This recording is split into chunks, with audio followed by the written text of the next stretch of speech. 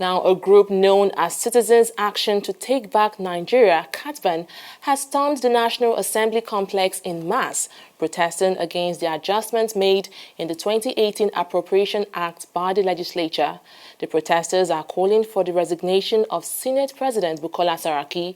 They were, however, denied access by security operatives who shut the main entrance into the complex. Our correspondent, Tunji Oye, has more.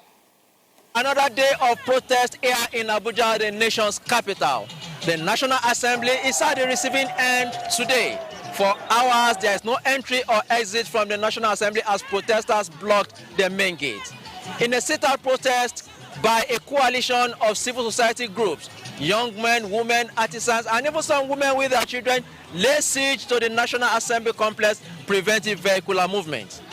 This is not just a sit-out, and you may not be wrong if you also call it a sleep-out too, as some women literally lie down at the entrance of the National Assembly.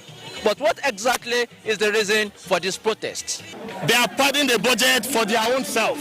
The constituency projects they talk about, we don't see them anywhere. So the padding of the budget is not in the interest of the masses. Even if you are saying you are not a rubber stamp agency, your duty is to scrutinize the budget. Your duty is to make sure that what is in the budget is in line with prudent management of finances. It's in line with efficient management of finances.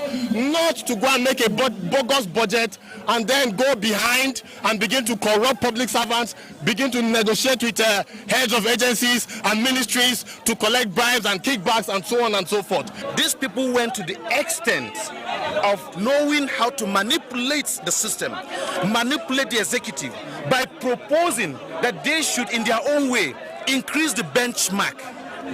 Increasing that benchmark meaning, okay, let us raise the bar so that the excess money that will be realized, we have it. National Assembly has about 170 billion, which is separate from their own money. The usual money that goes to them. Now, under this situation, we investigated, we discovered that not even the same people know about, the entire members or senators are aware of this 170 billion. Our aim is for them to come out to tell the Nigerian the reason why they are inserting illegal money into our budget. We are totally against it. So what we are hoping is that for them to come and to plead with us, because we are not going to accept it. It's illegal.